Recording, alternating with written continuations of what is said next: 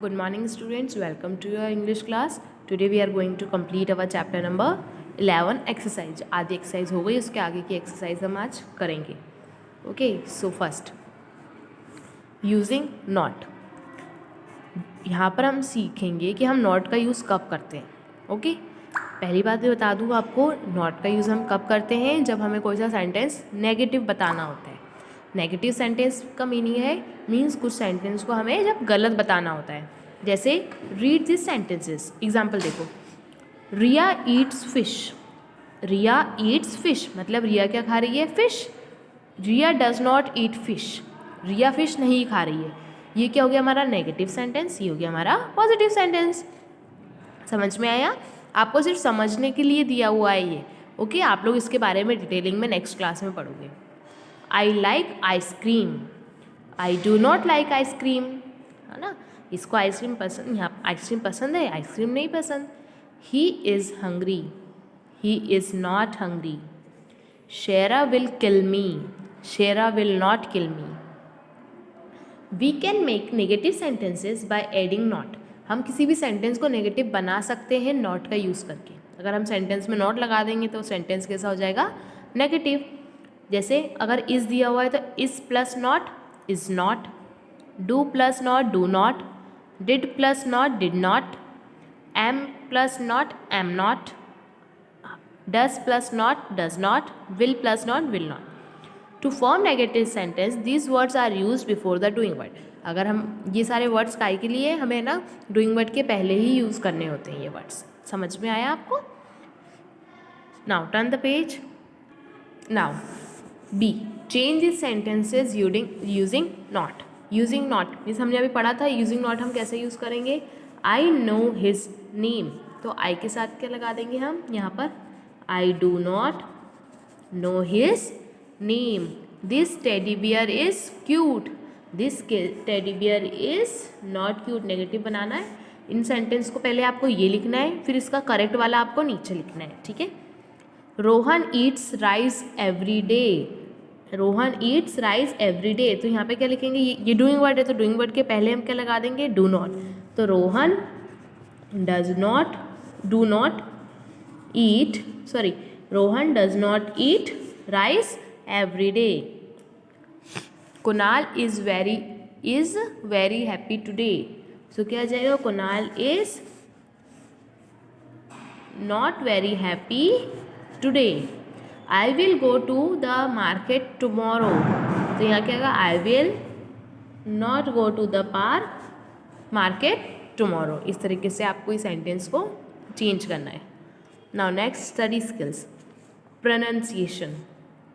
Pronunciation means जब भी आप किसी चीज़ लेटर को पढ़ते हो, किसी सेंटेंस को पढ़ते हो, किसी वर्ड को पढ़ते हो, तो जो साउंड उसमें जो आप बोल रहे हो वो करेक्ट होना चाहिए. जैसे listen and repeat what sound does E makes in this word. अब इन वर्ड्स में देखना है आपको ई का साउंड कैसा पता चलेगा. Bell, gate, hand, less, pet, red, then, web. आपको रिपीट करना है. Bell, gate, hand, less, pet, red, then, web. Okay, now listen and repeat what does EA and double E makes in this word. अब in double E और EA sound words का पढ़ना है. Beach, keep, leaf, need, ship, team, teeth. जो EA sound word है उसमें E का भी साउंड आ रहा है और A का भी आ रहा है, और जो डबल ई है उसमें ई का लॉन्ग वोवल साउंड वर्ड आ रहा है. एक बार और रीड करेंगे हम.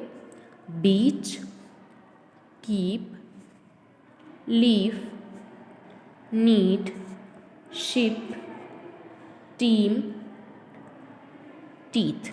Okay, in this way we will do this. Now writing.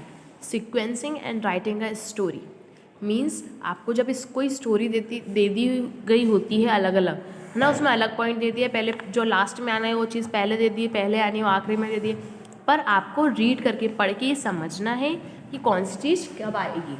Okay, और फिर हमें एक स्टोरी लिखनी है ना। Read the sentences then number them in a correct order to find out what doggy the donkey saw in the jungle one day. Rewrite the story in your notebook. आपको फिर ये स्टोरी आपकी notebook में लिखनी भी है। ये क्या है? डोंकी। क्या नाम है इसका? अभी हमने पढ़ा डगी।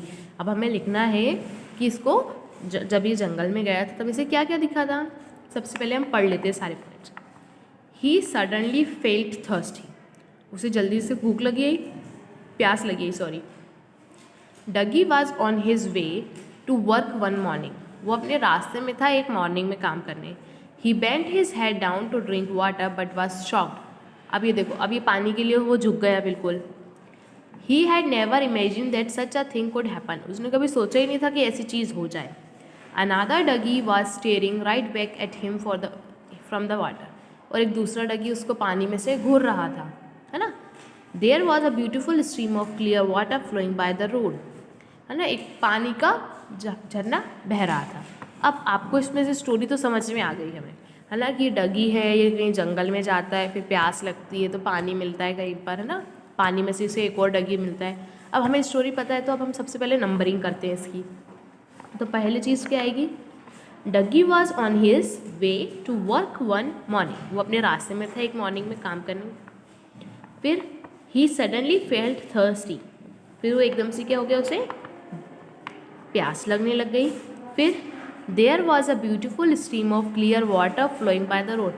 बहुत अच्छा ब्यूटिफुल वाटर फ्लो कर रहा था इस रोड पर से। देन फिर उसके बाद he bent his head down to drink water but was shocked. वो पानी में के अंदर झाँका पानी पीने के लिए, लेकिन वो थोड़ा शॉक्ड था। क्यों शॉक्ड था?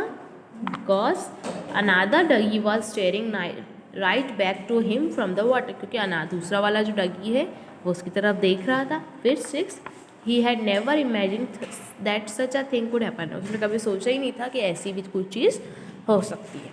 इन this way you have to complete your exercise. Thank you.